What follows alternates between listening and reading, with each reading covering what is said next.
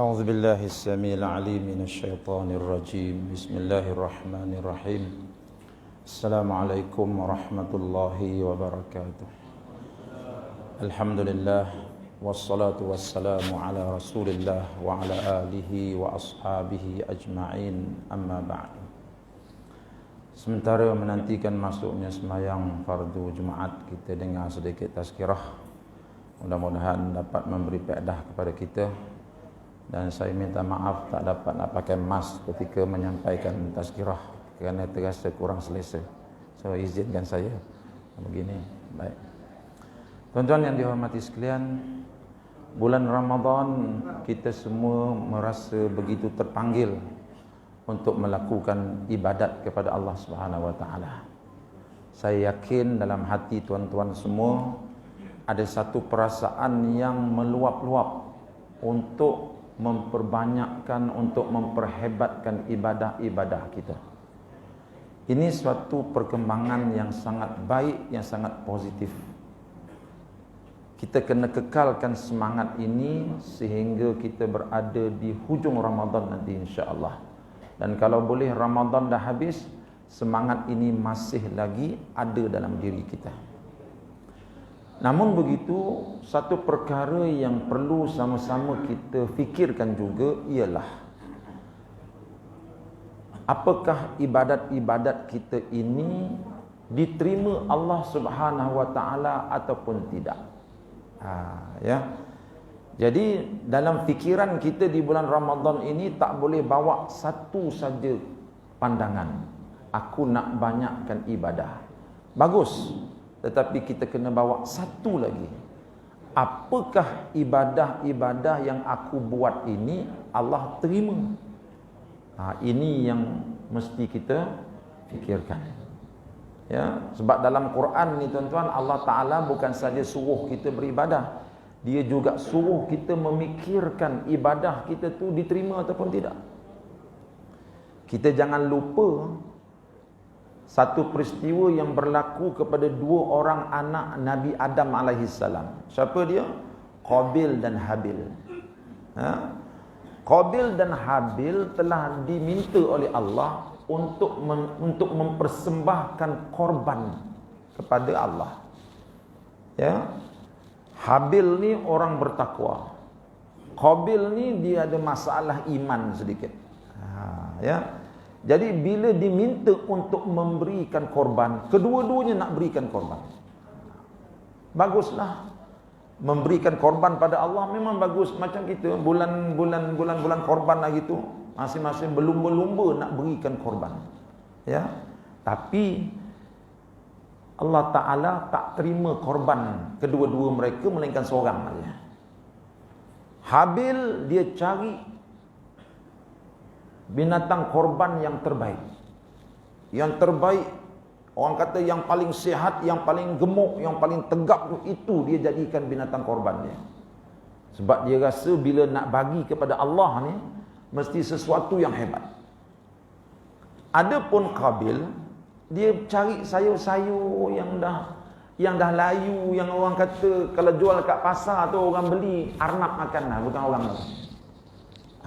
Dia cari yang untuk kambing makan, arnab makan, dia nak bagi ke Allah. Dia persembahkan, ya Allah, ini dia korban aku.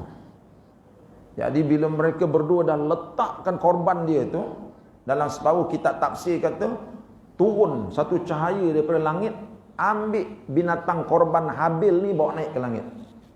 Ni berlaku zaman dulu-dulu, zaman kita tak berlaku gitu. Ya. Jadi sayur-sayuran, tanaman-tanaman yang lunyai tadi yang dipersembahkan oleh Qabil, Allah Ta'ala tak ambil. Bila tak ambil, maka Qabil pun marah lah. Dia rasa ini tidak adil. Mengapa korban adik aku kau ambil, aku tidak diambil? Maka oleh kerana geram, lalu dia kata apa? Wahai Habil, aku akan bunuh kau. Dia akan bunuh. Dia nak bunuh, dia ugut untuk bunuh. Lalu Quran mencatatkan adik dia Habil ni, dia jawab satu saja. Dan Quran mencatatkan jawapan adik dia. Apa dia? Dia kata, innama yataqabbalallahu minal muttaqin. Wahai kata, bang, Sesungguhnya Allah hanya menerima korban daripada orang-orang yang bertakwa. Jadi korban ni, kita faham daripada ayat ini bahawa kita boleh persembahkan kepada Allah.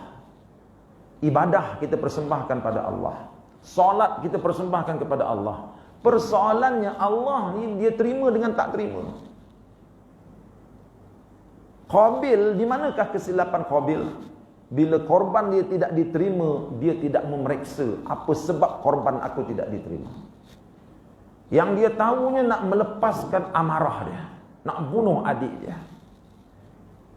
Sepatutnya dia kena fikir, mengapa korban aku ni Allah tak terima? Sepatutnya dia kena tengok sayur-sayur layu yang dia bagi tadi.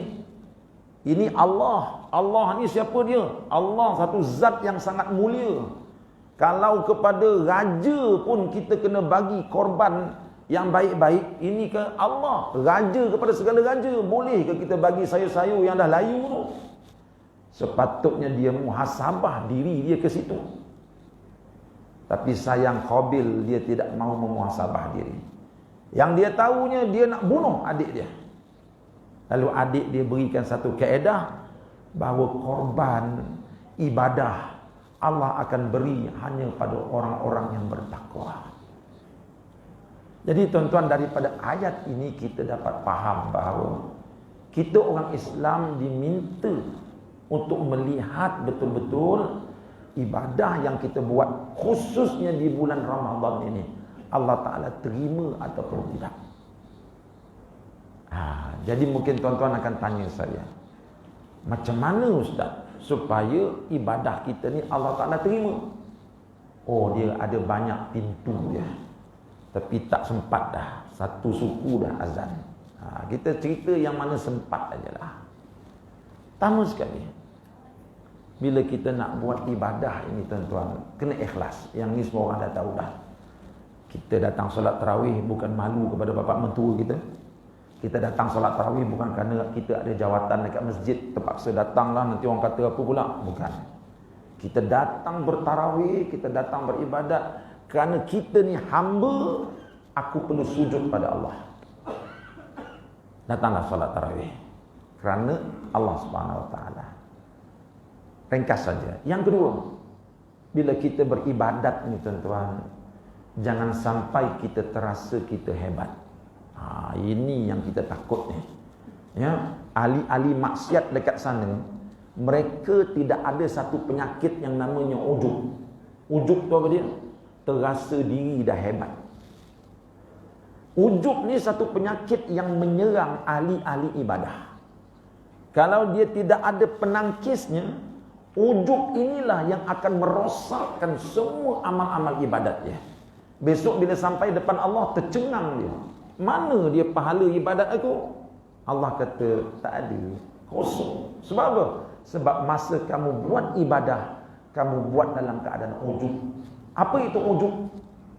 Ujub ini kita terasa ibadah itu datangnya dari kita. Bila kita terasa ibadah itu datang dari kita, maka mulalah kita terasa kita hebat. Bila kita terasa kita hebat, maka kita akan nampak orang lain semua tak hebat. Kita aja ahli ibadah, orang lain semua tak bagus. Ini ujub. Sebab itu tuan-tuan, kalau kita direzekikan oleh Allah datang ke masjid, jangan cepat terasa diri kita telah baik. Aku dah buat baik dah. Kita kena rasakan bahawa bukan aku yang telah berbuat baik, tetapi sebenarnya hadirnya aku ke masjid, sujudnya aku kepada Allah, aku solat tarawih sampai 23 rakaat, sampai 40 rakaat, semua tu bukan kerana aku baik, bukan, tetapi kerana Allah telah berbuat baik kepada aku. Allah yang buat baik pada kita, bukan kita yang baik.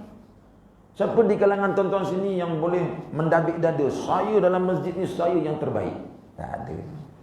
Saya ni harapkan jubah je besar ni, tapi tuan-tuan kalau tahu siapa saya sebenar, tuan-tuan akan lari. Begitu juga saya tengok tuan-tuan, semua wali-wali Allah ni, cara duduk tu, cara duduk tok wali tu. Tapi tuan-tuan sendiri tahu kan tuan-tuan siapa? Maknanya kita ni semua tak ada yang baik. Tiba-tiba kita yang tak baik ni direzekikan Allah datang ke masjid. Bermakna kita datang ke masjid ni dengan rahmat dan kurnia Allah. Bukan kerana kita baik. Bukan kerana kita baik. Satu penyakit yang menimpa orang-orang agama ni tuan-tuan. Macam saya lah, orang agama. Apa dia? Bila dia buat satu benda baik, dia rasa dia yang terbaik. Dia rasa dia dah jadi baik. Ini ujub. Saya ada seorang guru tuan-tuan, masa duduk di Damsyik dulu. Nama guru saya ni Syekh Muhammad Rajab. Orang alim besar. Pagi subuh tu dia nak pergi sembahyang. Dia tengok dekat depan sana tu ada orang mabuk pegang botol arak. Tu huyung hayang, belum jatuh dalam longkang. Syekh ni berlari nak pergi selamatkan dia. Dia pun ulurkan tangan. Saya selamatkan awak. Kata orang mabuk tu, wahai Tok Guru, wahai Pak Syekh, tak payahlah kau selamatkan orang gila arak macam aku ni. Aku ni gila arak. Tengok orang pergi semayang subuh, aku tu huyung hayang. Tak payahlah kau nak selamatkan orang gila arak macam aku ni. Orang gila arak mengaku dia jahat. Apa kata Pak Syekh ni? Pak Syekh ni dia ada seni di dalam menolak hasutan syaitan. Apa kata dia? Dah. Sebenarnya antara awak dengan saya lagi jahat. Mengapa Pak Syekh? Pak Syekh tak mabuk pun. Memang aku tak mabuk, memang aku tak ada gila arak. Tetapi sebenarnya dalam diri aku ni ada banyak gila-gila yang lain. Lebih teruk daripada engkau lagi. Pak Syekh ada gila apa? Saya ada gila pangkat. Saya ada gila duit. Saya ada gila kuasa. Ini yang merosakkan orang-orang agama. Masa sebelum dapat kuasa okey je, dia dapat kuasa jadi rosak. Sebab tu Pak Syekh ni kata apa? Saya ni lebih jahat daripada awak. Awak ada satu gila aja. Gila apa? Gila arak. Saya ni gila pangkat, cuma tak dapat aja. Dapat pangkat nanti awak tahulah syaitannya saya. Saya ni ada gila kuasa, cuma sekarang tak ada kuasa. Dapat kuasa awak tahulah betapa zalimnya saya. Nampak tuan-tuan? Bagaimana Syekh ini dia cuba tolak bisikan syaitan. Syaitan dia akan tiup, engkau yang terbaik, ini jahat. Sebab itu tuan-tuan, jangan beribadat kepada Allah dan cepat rasa diri kita baik. Ulama ajar kepada kita, kalau selepas kita beribadah nampak orang jahat, takwilkanlah apa juga cara bahawa kita ni bukanlah lebih baik daripada dia. Ini untuk menghilangkan sifat ujub, sifat terasa diri hebat. Kerana ujub ini boleh menghilangkan pahala ibadah kita. Habis sunnah. Dan yang terakhir, Nazir boleh datang. Untuk kita pastikan ibadah kita Allah Ta'ala terima, kita kena bercadang awal-awal lagi. Selepas Ramadan kita akan terus membuat amal kebaikan kepada Allah Subhanahu Wa Ta'ala. Ya, masa tidak mencukupi, itu sajalah dari saya. Mudah-mudahan tazkirah ini memberikan satu kebaikan kepada kita. Dan jangan lupa tuan-tuan, bulan Ramadan kita diajak untuk menolong memberi makan orang-orang yang berbuka puasa. Di luar sana, anak-anak tahfiz kita ada menyediakan tabung-tabung untuk berbuka puasa di tahfiz mereka. Ulurkanlah derma dan sedekah anda agar anak-anak yang menghafal Quran ini dapat berbuka dengan lebih selesa. Itu saja. Assalamualaikum warahmatullahi wabarakatuh.